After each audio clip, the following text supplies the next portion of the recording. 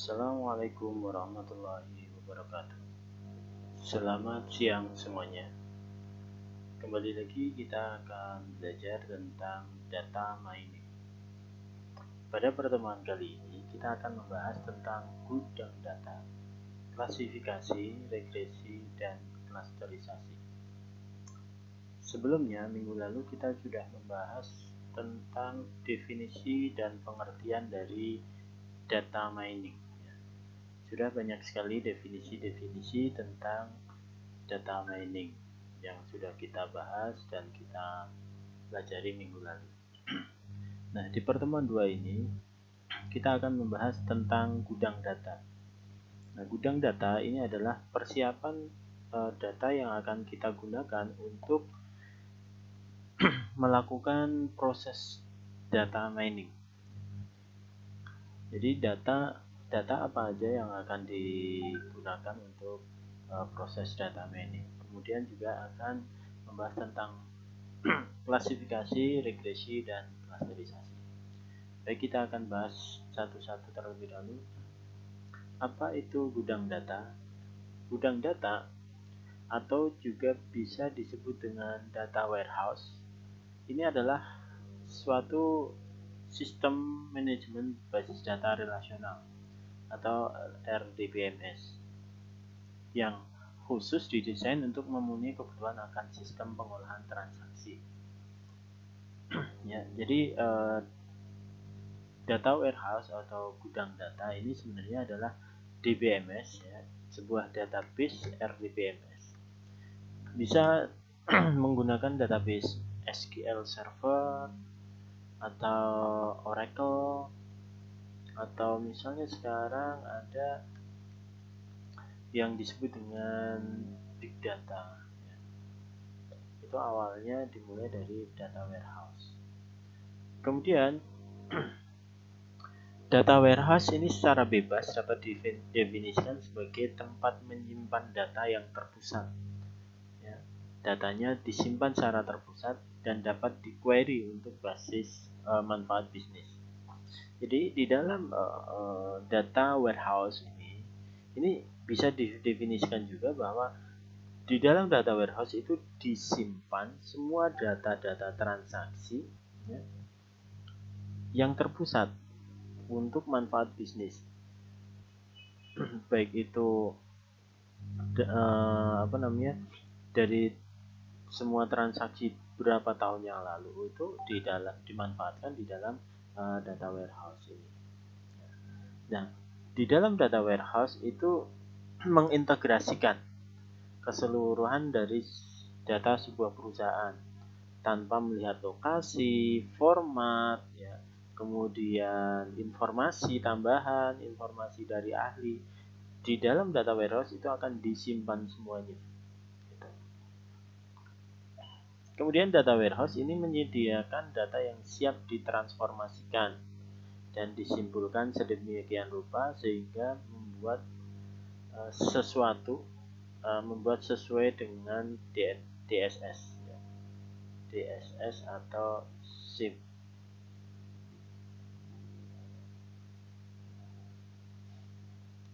Jadi di dalam data warehouse itu menyiapkan semua data, semua simpul-simpul, ya, sehingga disesuaikan dengan aplikasi sistem informasi manajemen atau Decision Support System, DSS atau SIP, sistem informasi manajemen, yang tentunya lebih efektif dan lebih efisien.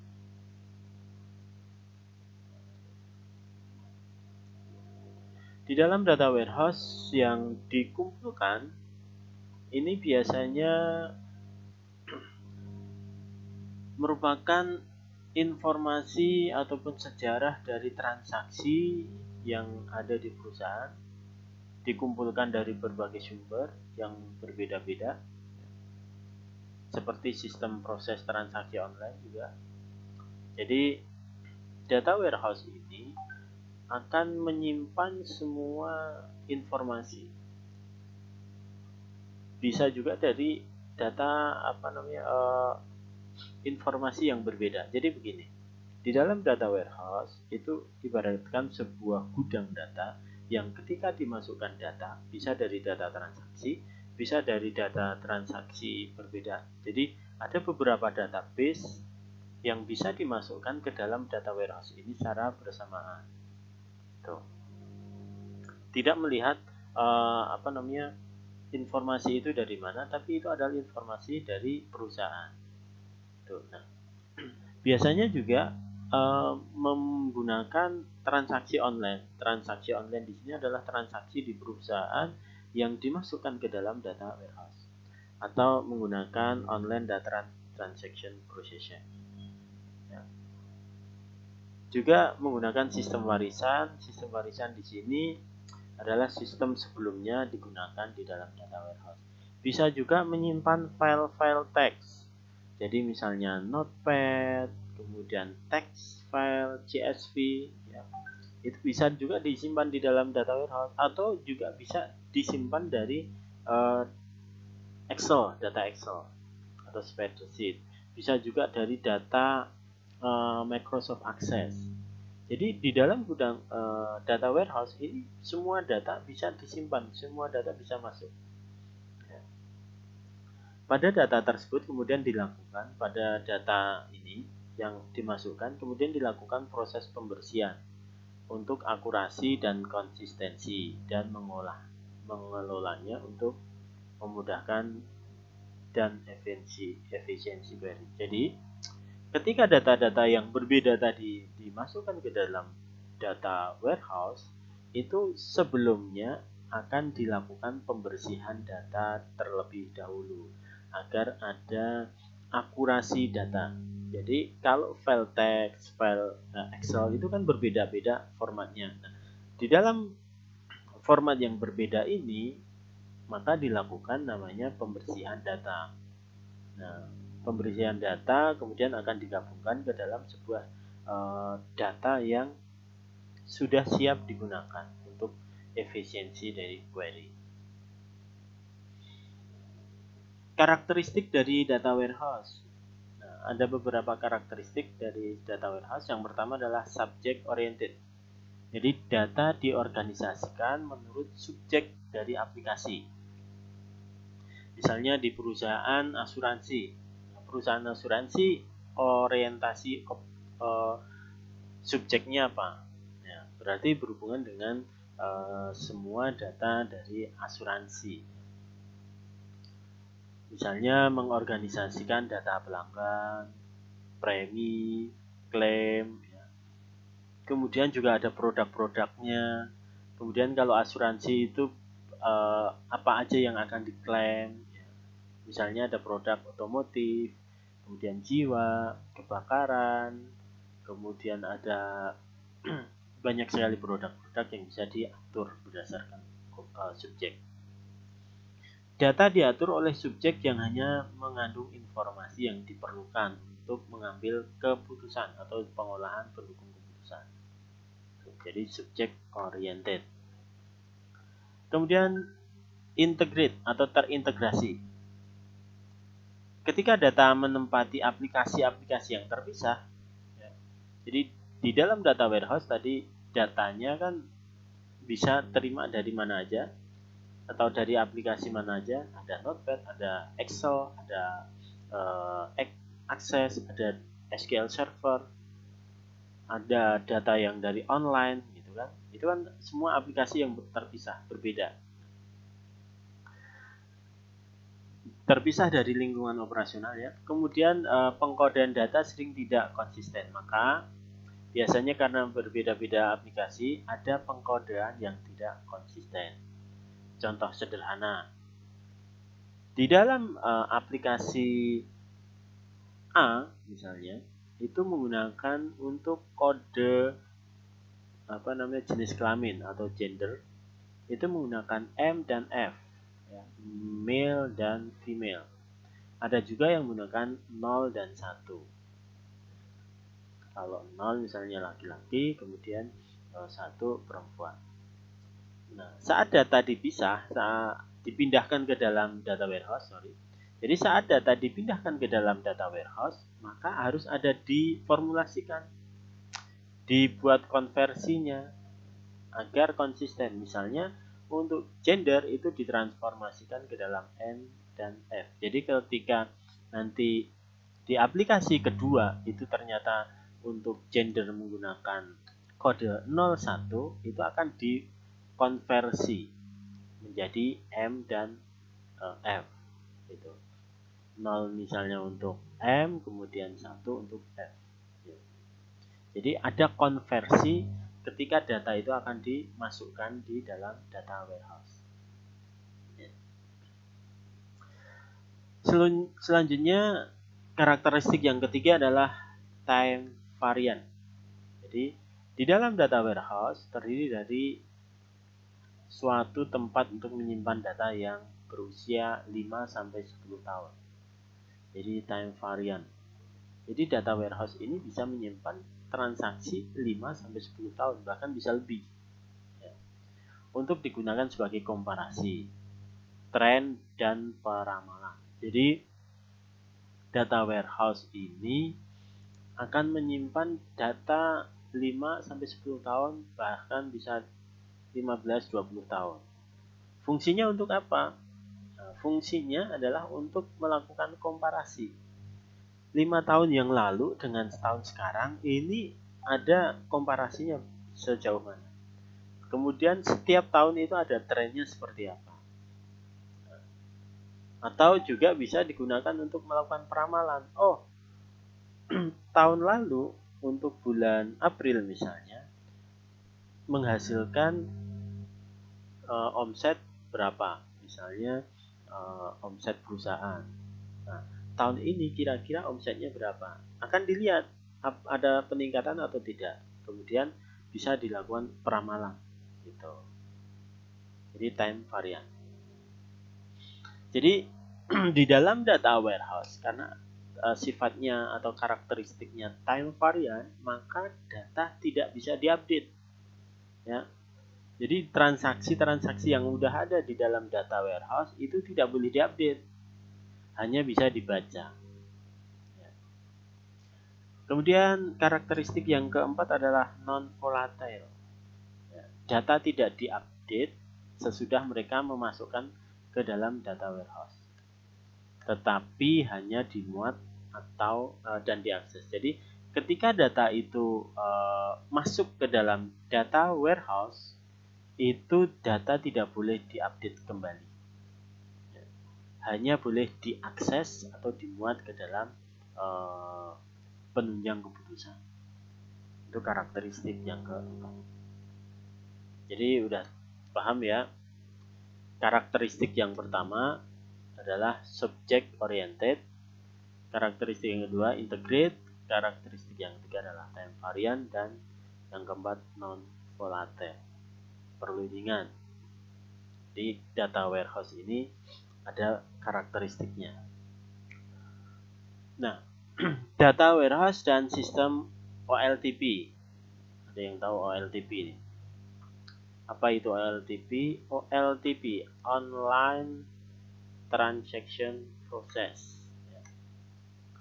Jadi sebuah basis data yang dibangun untuk pengolahan transaksi online atau OLTP secara umum dipandang tidak cocok untuk data warehouse.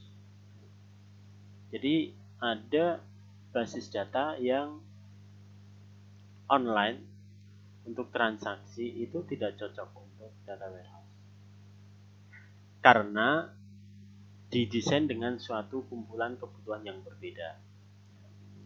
Jadi kalau data warehouse itu tidak boleh menggunakan OLTP,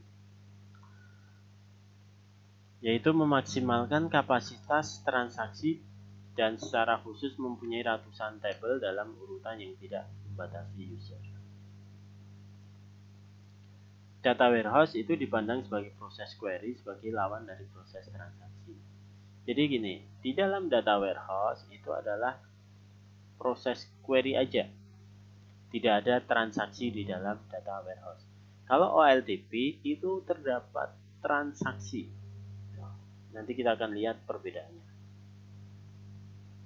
Sistem OLTP tidak dapat menjadi tempat penyimpanan data dari fakta ya, data fakta dan histori untuk analisa bisnis. Dan kenapa tidak bisa digunakan? Karena OLTP ini biasanya ada perubahan-perubahan atau dirubah transaksinya. Jadi tidak bisa digunakan untuk analisa bisnis. Sistem ini tidak dapat menjawab secara cepat query dan pengambilan keputusan ya, secara cepat dan hampir tidak mungkin. Jadi sistem OLTP itu secara tidak mungkin untuk menghasilkan atau pengambilan data secara cepat. Karena dia akan melakukan proses perhitungan di dalam transaksi dulu. Kemudian OLTP pun juga sering ada ketidakkonsistenan atau berubah. Duplikasi data masukan juga ada, kemudian masukan data yang hilang sangat terjadi, dan tidak ada data histori di dalam transaksi untuk menganalisa. Nah, ini pada dasarnya OLTP itu menawarkan sejumlah besar data mentah ya, yang tidak mudah dipahami.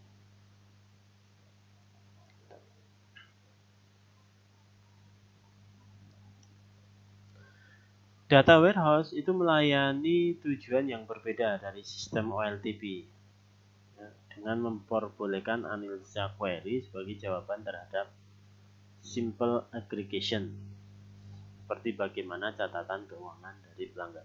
Jadi begini, data warehouse dan sistem OLTP itu hampir ada kemiripan ataupun kesamaan. Tapi ada perbedaan juga, di mana kalau OLTP itu menyimpan semua data, cuma tidak melakukan untuk OLTP itu masih bisa melakukan transaksi. Kalau data warehouse tidak ada transaksi. Nah, kita lihat nih perbedaan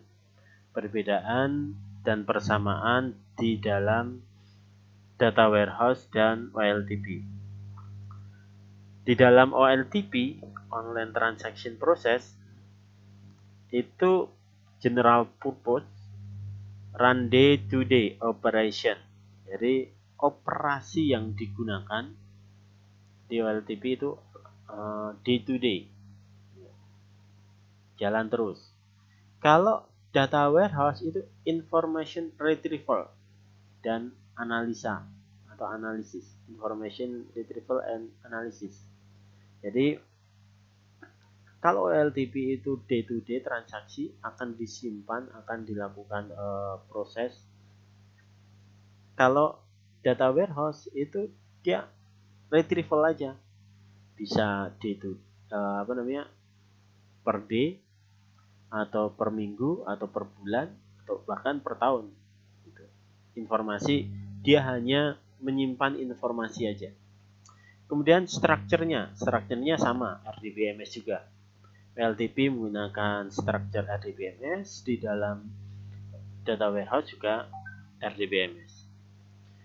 Data model normalisasi atau normalize. Kalau data warehouse multidimensional. Akses ya, tahapan akses untuk OLTP menggunakan SQL. Kalau di dalam data warehouse, SQL plus data analysis extension. Sama-sama SQL, tapi ada penambahan plus data analysis extension. Tipe data di dalam data warehouse dan OLTP sama data that run business. OLTP data that run business, jadi data yang mendukung bisnis tipe datanya. Kalau di dalam data warehouse itu data yang menunjang analisis bisnis. Kemudian conditional of data, conditional di dalam OLTP itu changing atau incomplete. Jadi dia bisa berubah-ubah, bahkan tidak komplit kalau OLTP. Sedangkan di data warehouse itu adalah historical dan deskriptif. Jadi transaksi, sejarah transaksi dan mendeskripsikannya, deskriptif. Itu perbedaan dari data warehouse dan sistem OLTP.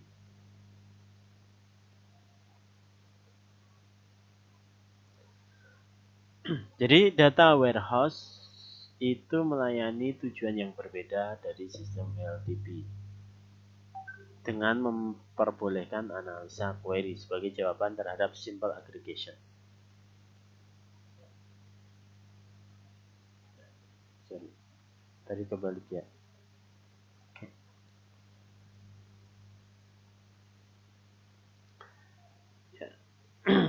Jadi dengan menggunakan data warehouse itu kita akan menghasilkan data historical, ya, informasi transaksi.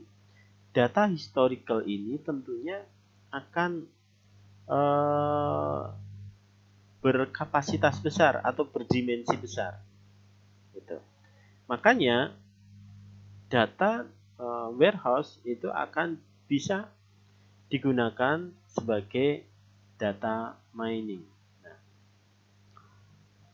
kita lihat di sini ada beberapa teknik data mining dan sifat dari data mining.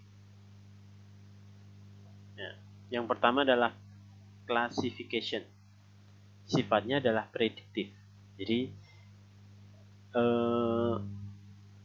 menggunakan teknik klasifikasi itu untuk melakukan prediktif, ya, sifatnya prediktif. Kemudian ada teknik regression, hampir sama, klasifikasi sama regression itu adalah untuk prediktif. Kemudian ada yang ketiga clustering, ini deskriptif. Kemudian association rule discovery, ini juga deskriptif.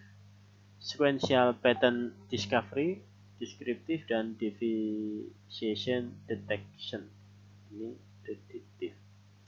Jadi teknik-teknik yang ada di dalam data mining ini ada beberapa, ini ada 6 teknik ini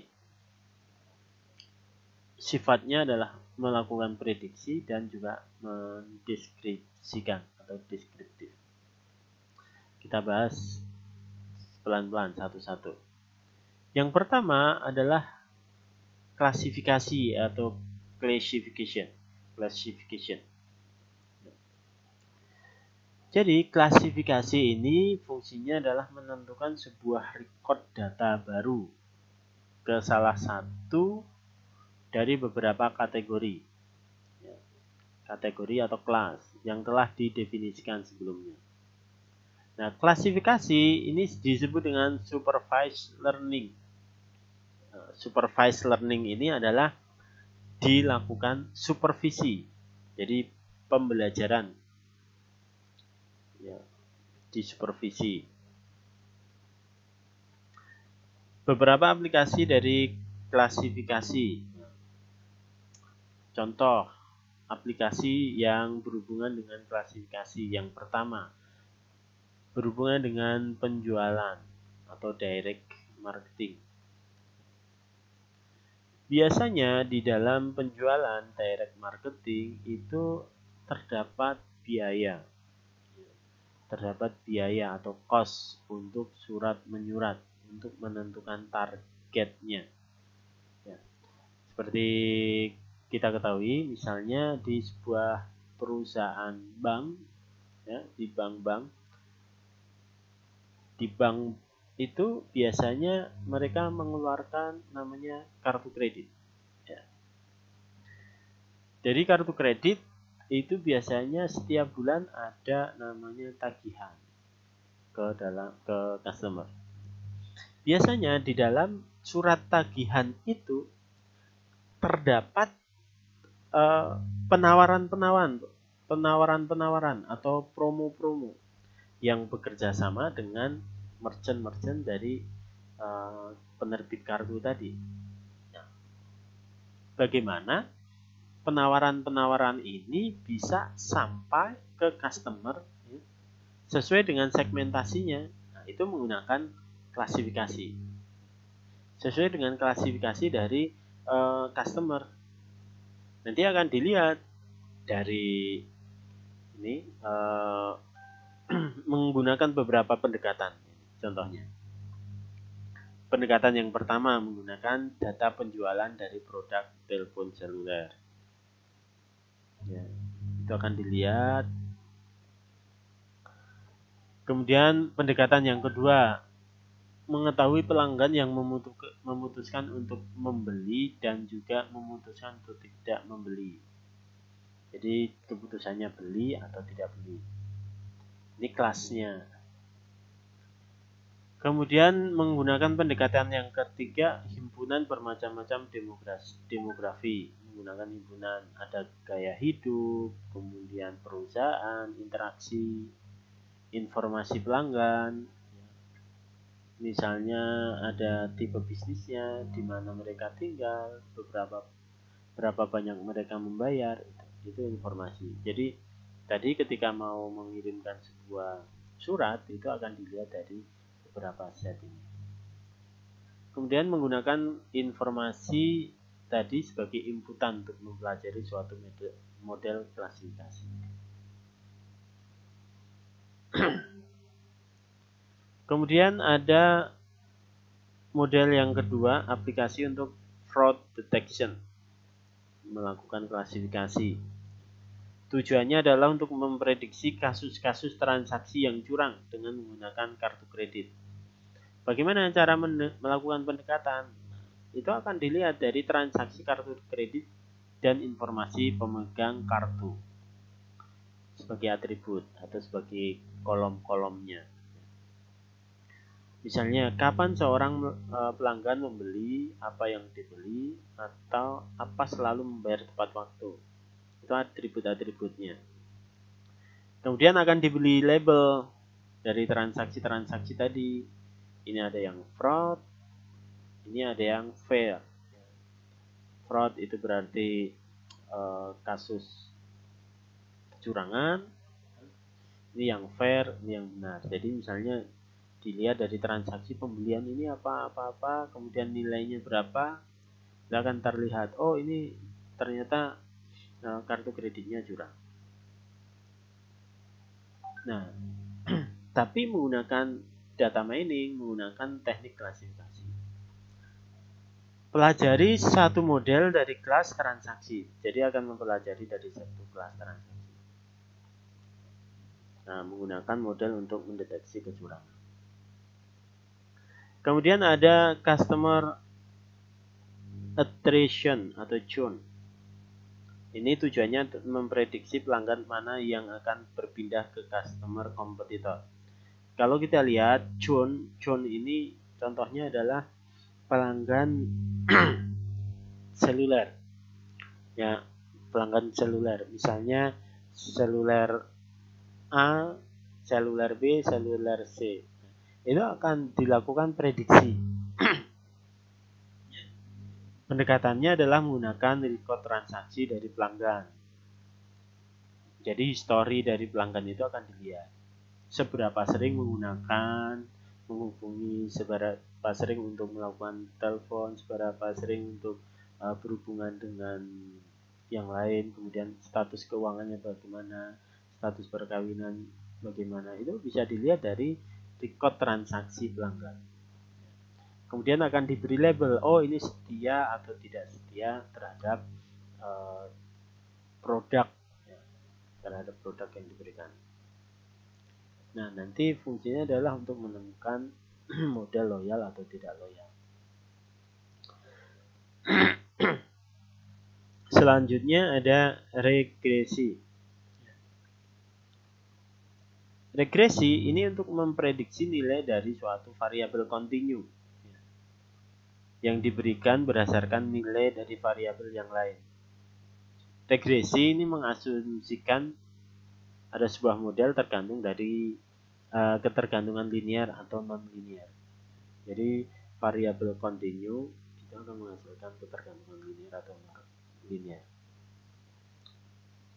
Nah, teknik ini banyak digunakan atau dipelajari untuk statistik, ya, bidang jaringan saraf tiruan, regresi, atau neural network. Contoh aplikasi, memprediksi jumlah penjualan produk, Ya, penjualan produk baru berdasarkan pada belanja promosi atau iklan. Ini akan memprediksi kecepatan angin sebagai suatu fungsi suhu, kelembapan, tekanan udara, dan sebagainya. Atau time series prediction, indeks stock market, atau saham ya, stock market. Ini contoh-contoh aplikasi dari regresi.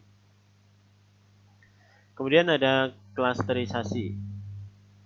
Klasterisasi ini adalah mempartisi dataset. Jadi mengklasterkan, mempartisi menjadi beberapa subset atau kelompok sehingga elemen-elemen dari suatu kelompok tadi memiliki set properti yang sama ya, dengan tingkat similaritas yang tinggi dalam suatu kelompok dan tingkat similaritas antar kelompok yang rendah, disebut juga dengan unsupervised learning. Jadi kalau klasterisasi ini adalah membuat partisi-partisi. Jadi membuat cluster, membuat kelas-kelas. Di dalam clustering itu disebut dengan metode atau model unsupervised learning. Jadi jika diberikan sejumlah titik data, masing-masing mempunyai sejumlah atribut ya, dengan menggunakan ukuran similaritas. Titik-titik dari data dari suatu klaster mempunyai similaritas yang sama. Jadi data itu nanti akan memiliki kemiripan seberapa besar atau similaritasnya seberapa besar untuk mengetahui clusternya.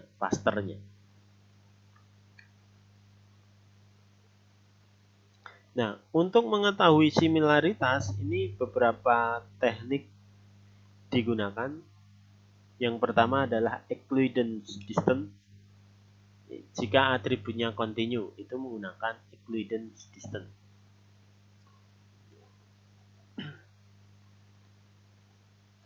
Kemudian juga menggunakan permasalahan yang lain.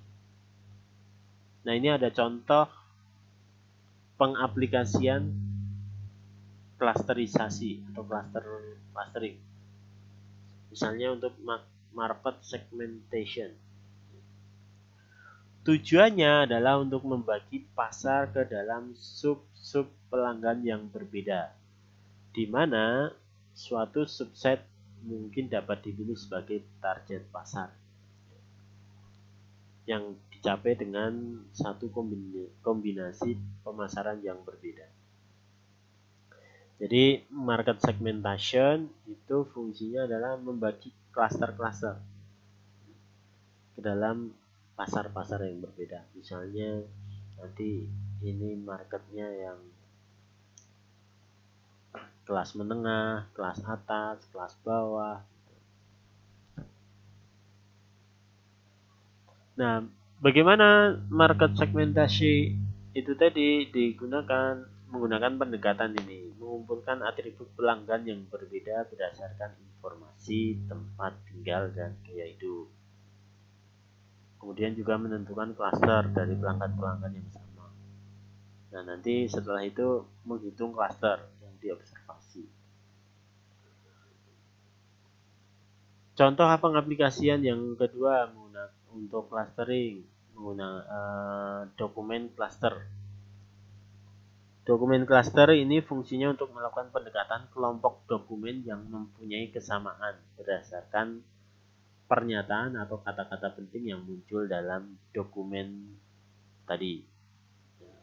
Dokumen cluster ini contohnya atau fungsinya mirip kayak melakukan pendekatan plagiarisme. Jadi misalnya ada dokumen A dan dokumen B, dokumen C, seberapa banyak melakukan plagiarisme.